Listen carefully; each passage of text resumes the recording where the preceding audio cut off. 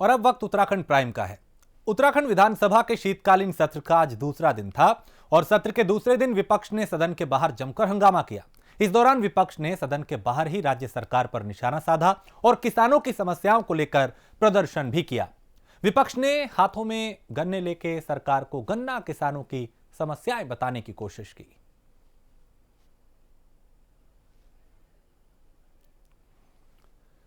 तो विधानसभा के बाहर सरकार को विपक्ष घेरता हुआ नजर आया, खासकर किसानों के मुद्दे पर। तो उत्तराखंड विधानसभा का शीतकालीन सत्र 3 दिन का यह सत्र आज दूसरा दिन था और विपक्ष ने यहां पे कई मुद्दों को लेकर सरकार को घेरा। तो खासकर किसानों का मुद्दा जो था वो हावी रहा और उस पर विपक्ष सरकार को घेरता हुआ नजर आया।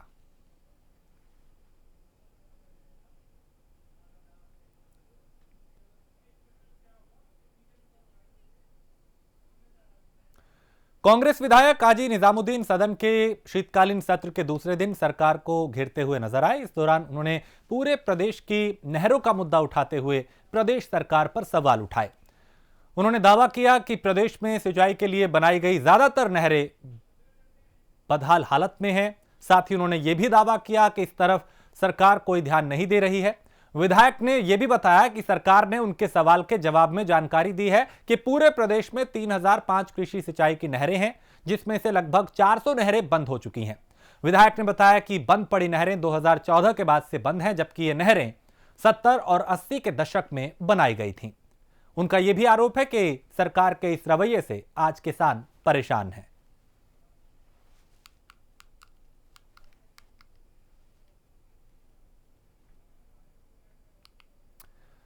और उत्तराखंड में भारतीय जनता पार्टी ने 2022 में होने वाले विधानसभा चुनाव की तैयारियां शुरू कर दी हैं।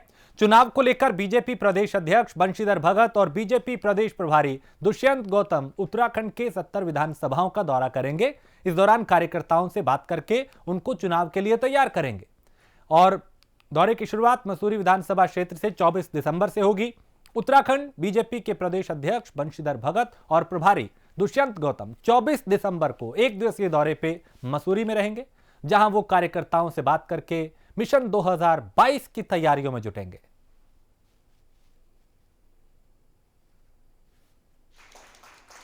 कल से शुभारंभ होने वाला और मसूरी मंडल में ये कार्यक्रम हो रहा है, तो सभी कार्यकर्ता उत्सुक हैं और निश्चित ही जिस तरह का प्रदेश से और जिले का जो दिशा निर्देश है उसका पालन करते हुए यहाँ पे पूरे विधानसभा के यहाँ पे कार्यकर्ता रहने वाले हैं। और निश्चित ही हमारे प्रदेश अध्यक्ष प्रभारी जी और सह प्रभारी जी का जो भी दिशा निर्देश होगा उसको हर कार्यकर्ता जो है उसका पालन करेगा और निश्चित ही एक ऊर्जा का संचालन सभी कार्यकर्ताओं में होगा और निश्चित ही इसको पार्टी से ये बातें जो है संगठनात्मक हैं और संगठन की दृष्टि से कार्यकर्ता में ऊर्जा भरने की और कार्यकर्ता से मिलने की। और कहीं हमारे वरिष्ठ लोग हैं जो आज पदों पे नहीं हैं, लेकिन निश्चित ही उनका भी बहुत बड़ा योगदान पार्टी को बनाने में रहा है, पार्टी के संगठन में रहा है। उनसे भी संवाद करने का विषय है ताकि उनकी भी सुझाव को जो है कहीं ना कहीं आगे भविष्य में जो है संगठन के जो है लेके जोखिम में रखा जाए।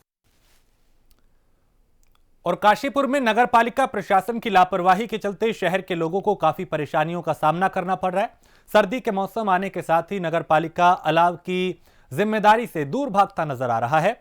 वहीं काशीपुर में नगर निगम की लापरवाही को देख मौसम के गिरते तापमान में भी राजनीति गरमाने लगी है।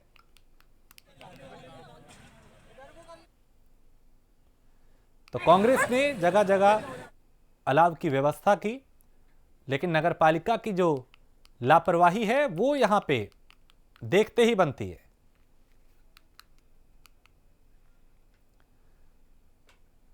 और देहरादून में कोरोना के बढ़ते मामले को देखते हुए सार्वजनिक स्थानों पर सामूहिक कार्यक्रमों पर रोक लगा दी गई है।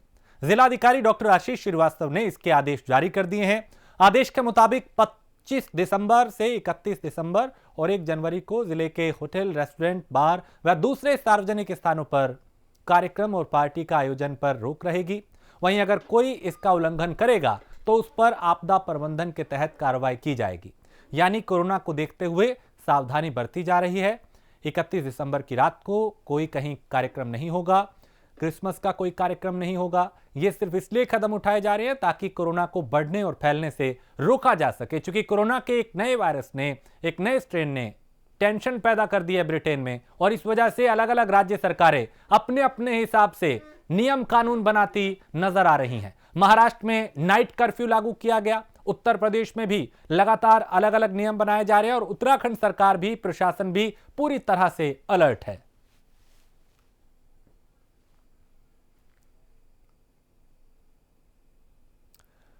और उत्तराखंड में होने वाले कुंभ को लेकर हरिद्वार में तैयारियां तेज हैं। कुंभ को लेकर 25 दिसंबर को एक बैठक होने वाली है। इस बैठक में 13 अखाड़े शामिल होंगे।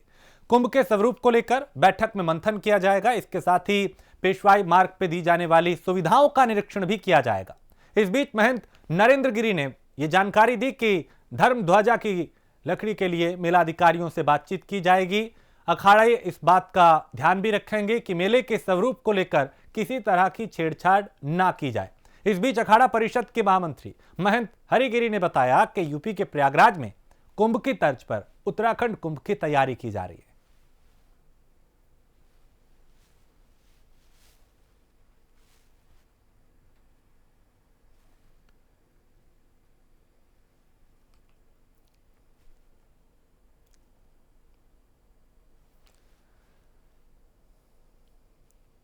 और जोशीमठ में पैनी हेलंग मोटरमार्ग निर्माण का वायदा करने वाली टीएचडीसी पर लोगों ने वादा खिलाफी का आरोप लगाया है।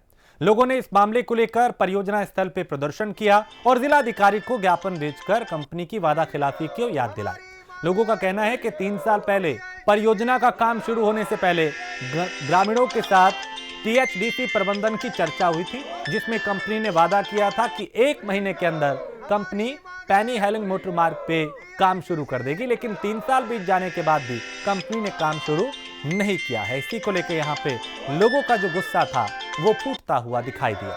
हमारी मांगे पूरी करो। जी, मैं ग्राम प्रधान हिलंग। आज मैं पूरी ग्राम सभा के साथ टीएचडीसी गेट पे डैम साइट हिलंग पर धरना प्रदर्शन कर रहा हूँ, क्योंकि ये जो मांगे हमारी हैं ये 2008 से चल रही है, और 2008 के बाद जो हम 14 में फिर से त्रिपक्षीय बात जो हमारे बीच हुई थी, ग्राम सभा, टीएचडीसी और पीडब्ल्यूडी और ये अपना प्रशासन के माध्यम से, अब उस दिन से अभी तक 6 साल बीत जाने के बाद भी टीएचडीसी हमारी पूरी ग्राम सभा की अवहेलना कर रही है। जहाँ तक ये बात हुई थी, जो इनके आर पॉलिसी में ये है कि हम ग्राम सभा को एक मॉडर्न बना के देंगे, जो हमसे एक बहलाया गया था हमको। और आज मैं अपने ग्राम सभा के सभी जनप्रतिनिधियों के साथ और पूरी ग्राम सभा के साथ यहाँ पर धरना दे रहा हूँ। 5 दिन तक हमारा सिर्फ धरना प्रदर्शन रहेगा। अगर 5 दिन के बाद भी ये लोग हमारे इस रोड के मुद्दे पर, जो रोड की मांग है, ये मांग पूरी नहीं करती है, तो उसके बाद हमारा आमरण अनशन चालू रहेगा। और मैं बहुत बहुत धन्यवाद देता हूँ आपके न्यूज़ चैनल को कि आप लोगों ने हमारे ग्राम सभा की पीड़ा को समझा और हमारी इस पीड़ा को उठाने का एक कदम उठाया है। मैं आप लोगों का सबका बहुत बहुत धन्यवाद करता हूँ।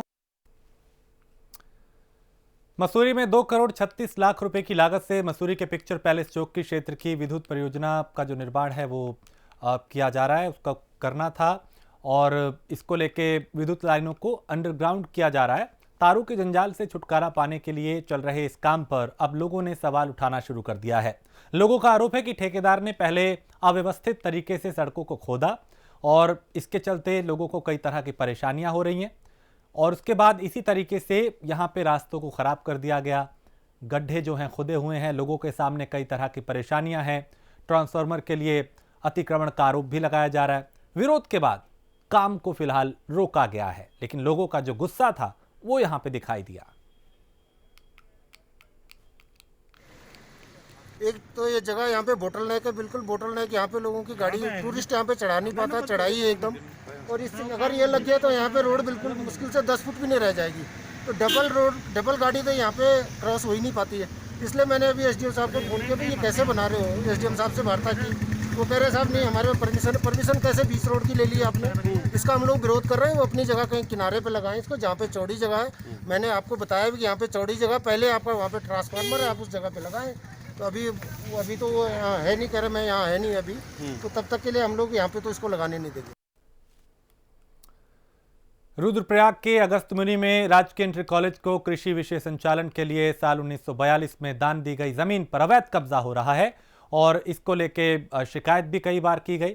और नगर पंचायत अगस्त्यमुनि इस पे आरोप लग रहा है कि वो कब्जा करवा रही है। नगर पंचायत ने पहले उस जमीन पर अपने सफाई कर्मचारियों से काम करवाया और उसके बाद उन्हीं पे ये गंभीर आरोप लग रहा है।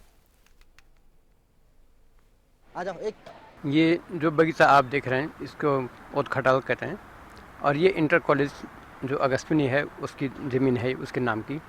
पहले जब हम लोग यहाँ पढ़ते थे तो यहाँ कृषि कार्य होता था और यहाँ बहुत बड़ा बगीचा है आम अमरूदों का। यहाँ बच्चों को कृषि कार्य सिखाया जाता था, प्रैक्टिकल होता था। आज कृषि विषय ख़त्म होने से ये ज़मीन जो है बिल्कुल बंजर पड़ गई। यहाँ पर पूरे जो अमरूदों के बगीचे हैं, जो आम का बगीचा है वो बुरी तरह से ख़त्म हो गया है और धीरे धीरे यहाँ पर पूरे जो सूअर हैं, सूअर पालन का उद्योग यहाँ पे बढ़ गया है। और इंटर कॉलेज की जो ये ज़मीन है इसका जो है हमेशा यहाँ पर ये नुकसान हो रहा है। बहुत ही पीड़ादायक और चिंतनीय विषय है कि ऐसी बहुमूल्य ज़मीन जो संपत्ति राजकीय इंटर कॉलेज अगस्त्यमुनि की थी वो आज बर्बाद हो गई है और इसका कोई उपयोग नहीं हो पा रहा है। आप विद्यालय के पीछे देख सकते हैं, यहाँ नदी के किनारे जहाँ कभी नदी बहती थी आपदा से पहले, उस क्षेत्र में जो यहाँ के सफाई कर्मी हैं, पर्यावरण मित्र जिनको कह रहे हैं, उनके द्वारा करीबन 500 से ज़्यादा सूअर पाले हुए हैं। विद्यालय की 90-92 नाली जमीन है हमारी जो विद्यालय के नाम पे है। बगीचा था विद्यालय का पहले, अभी भी कुछ पेड़ हैं वहाँ। उन सूअरों के द्वारा वो सारे तहस नहस किए जा रहे हैं। यहाँ तक कि सुबह जब मैं 8:30-9 बजे विद्यालय आता हूँ तो इस परिसर में भी सूअर, यहाँ 30 और 40 सूअर लगभग डेली देखे जाते हैं। सुबह आने के बाद एक बार उनको भगाने का ही काम करना पड़ता है। तो ये पूरे नगर पंचायत के स्वच्छकार इनके द्वारा सूअर पाल करके तमाम पूरे जो विद्यालय का बगीचा कभी होता था, ये ज़मीन 1943 से इस विद्यालय के कब्जे में है, जो वर्तमान समय में नगर पंचायत के द्वारा हमारी ज़मीन न बता करके उस पर कब्जा किया जा रहा है। और यहाँ एक छोटे से ब्रेक के लिए रुकेंगे, फौरन लौटेंगे। उत्तराखंड में बिना लाइसेंस के मीट बेचने वाले कारोबारियों को लेकर प्रशासन ने सख्त रुख अपना लिया है। वहीं हाईकोर्ट के आदेश के बाद हरिद्वार जिले में बिना लाइसेंस के मीट बेचने वाले कारोबारियों के खिलाफ सख्त कार्रवाई किए जाने के आदेश दिए गए हैं, जिसके चलते खाद्य अधिकारी संतोष कुमार ने मंगलोर कस्बे में संचालित मीट की दुकानों का निरीक्षण किया और लाइसेंस की जानकारी ली। उससे पहले नगर पालिका परिषद मंगलोर ने भी अभियान चलाकर इसी तरीके से अवैध रूप से चल रही मीट की दुकानों को सील किया था। हाईकोर्ट का आदेश था कि बिना स्लॉटर के कोई भी व्यापारी मीट का कारोबारी नहीं करेगा, यानी उसे नहीं बेचेगा, और उसको लेकर प्रशासन अब पूरी तरह से कमर कस चुका है।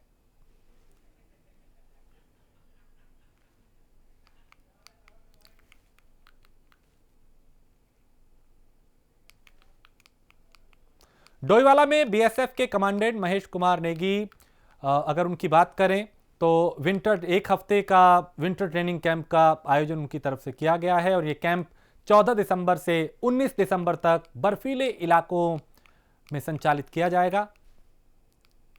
वहीं कमांडेंट महेश ने जानकारी दी कि बर्फीले इलाकों में फंसने पर किस तरह से रेस्क्यू ऑपरेशन किया जाए, इसको लेकर इसमें तैयारी की जाएगी।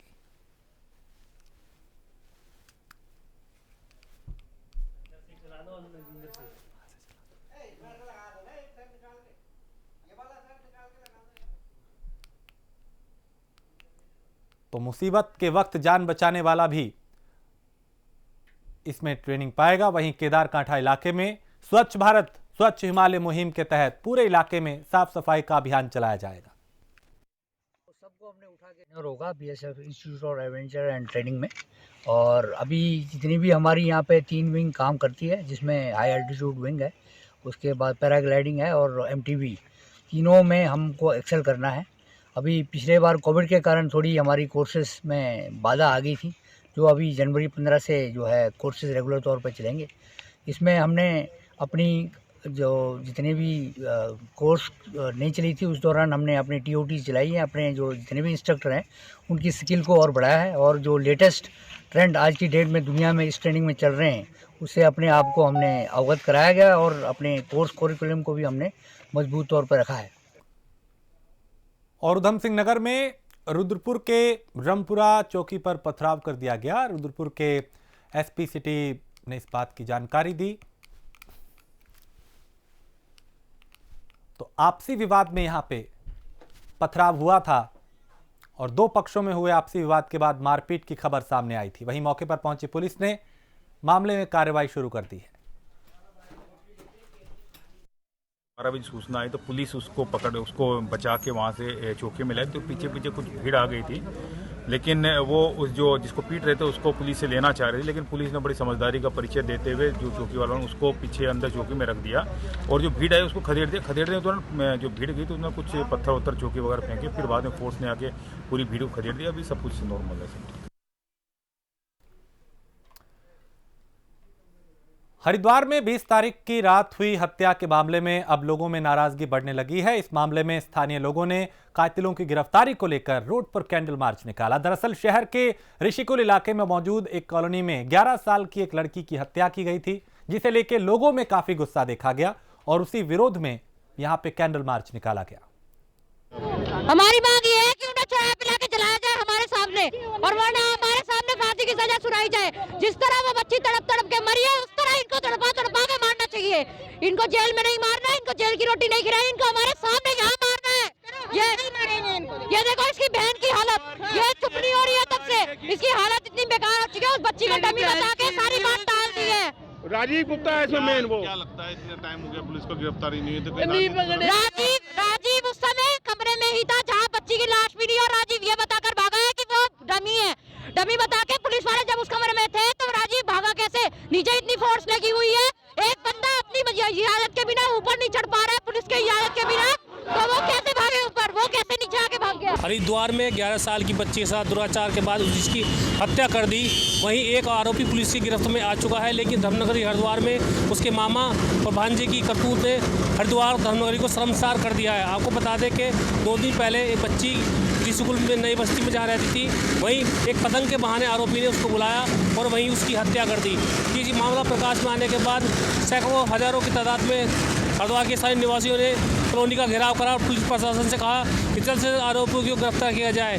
लेकिन अभी भी एक आरोपी जो मामा है वो मौके से फरार है, और पुलिस ने हालांकि 8 टीमें बनाकर लगातार जो हरिद्वार के जो बॉर्डर हैं उन पर तैनाती कर दी गई है, और सुरक्षा के कड़े इंतजाम के साथ सघन अभियान भी जगह जगह चलाया जा रहा है। लेकिन मामा भी कभी गिरफ्त में नहीं आया, जिसके चलते आज धर्मनगरी हरिद्वार में हजारों की संख्या में लोग सड़क पर एकत्रित हुए और उन्होंने कैंडल मार्च निकाला। साफ तौर पर देखा जाए तो इस तरह के कृत्य से जहाँ धर्मनगरी शर्मसार हुई है, वहीं लोगों का साफ तौर पर ये कहना है जब तक मामा को और भांजे को फांसी नहीं हो जाती तब तक ये आंदोलन लगातार बढ़ता रहेगा। अब देखना होगा कि आने वाले दिनों में अगर मामा गिरफ्त में नहीं आया तो जन आक्रोश कितना और बढ़ता हुआ यहाँ पर धर्मनगरी हरिद्वार में नजर आएगा।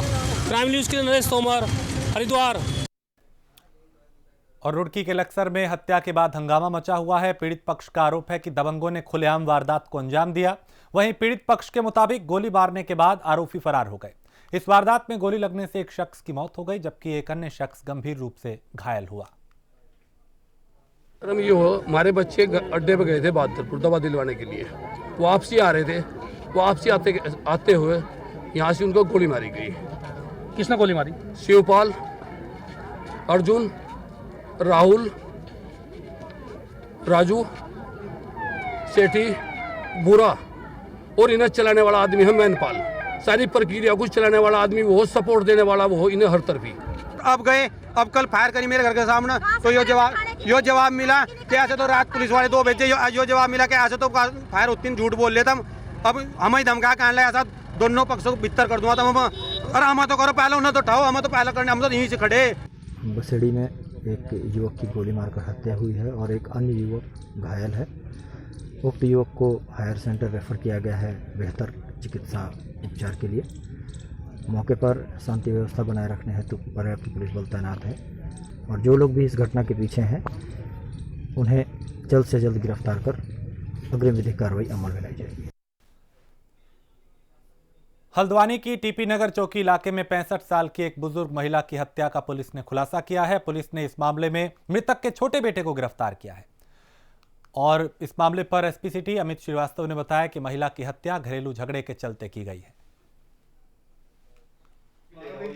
हमारे हल्द्वानी कोतवाली क्षेत्र में टीपी नगर एरिया पड़ता है, जहां पर आज सुबह हमें सूचना मिली थी कि एक महिला की मृत्यु हो गई है। मौके पे पुलिस वहां पे गई और जब जांच करी गई, चेक किया गया, तो उसकी गला रेत करके हत्या होना पहला प्रथम दृष्टया हमें जानकारी आया। घर वालों से सबसे हमने पूछताछ करी, घर चूँकि बंद ही सा था, और सबसे अलग अलग पूछताछ करी तो उसमें उनका छोटा बेटा था जिसने चीज़ को कन्फेशन किया, जिसने बताया कि मेरे द्वारा ये क्रिया करी गई है, अपनी माँ को मार दिया है। और जब उससे पूरा पूछताछ करी हमने तो उसने फिर मौके पे एक हमें चाकू भी बरामद करिया, जहाँ जिससे उसने इसको हत्या को अंजाम दिया। इसके अलावा उसने जो कपड़े थे उसके रक्त रंजित वो भी उसने बरामद कराए और पूरी घटना का कन्फेशन उसने किया है। तो हमने उसको अरेस्ट कर लिया है और माननीय न्यायालय प्रस्तुत किया जा रहा है उसको। और जोशीमठ के नंदा देवी नेशनल पार्क में अलकनंदा नदी के पास कई बार इस तरीके की खबरें आई है, जहां एक भालू पहुंचा और पार्किंग में भालू के पहुंचने से वहां मौजूद लोगों में दहशत है। स्थानीय लोगों की माने तो ये भालू एक ऊंची जगह से फिसल कर नीचे पथरीली जगह पर गिरा। भालू इस हादसे में घायल हो गया, जिसके बाद तुरंत लोगों ने वन विभाग को सूचना दी।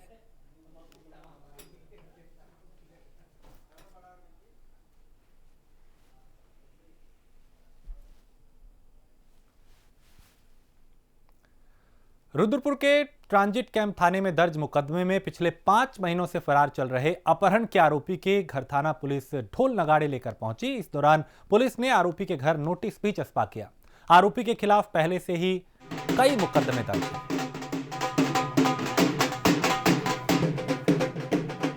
अपहरण का मुकदमा था जिसमें काफ़ी दिनों से फरार चल रहा था। अभियुक्त को माननीय न्यायालय की आदेश में 82 की उद्घोषणा ली गई थी। आज उसकी मुनादी करवाई गई है। तो मुकदमा वगैरह इस पर पहले से भी दर्ज है? किन मुकदमे में फरार रही है? पहले चोरी के मुकदमे भी इसमें 2-3 मुकदमे मोटरसाइकिल चोरी के पंजीकृत रहे। अभी जो था 203/2020 अपहरण का धारा 365, 67 और 323 का मुकदमा पंजीकृत है। इसमें 5 अभियुक्त थे। 4 अभियुक्त में माननीय न्यायालय के समक्ष आत्मसमर्पण कर लिया गया। एक अभियुक्त कुलदीप चतुर्वेदी अभी तक फरार चल रहा था, जिसके खिलाफ मुनादी की कार्रवाई की गई है। और इसी के साथ इस बुलेटिन में फिलहाल इतना ही। देश प्रदेश की बाकी खबरों के लिए आप देखते रहिए प्राइम न्यूज।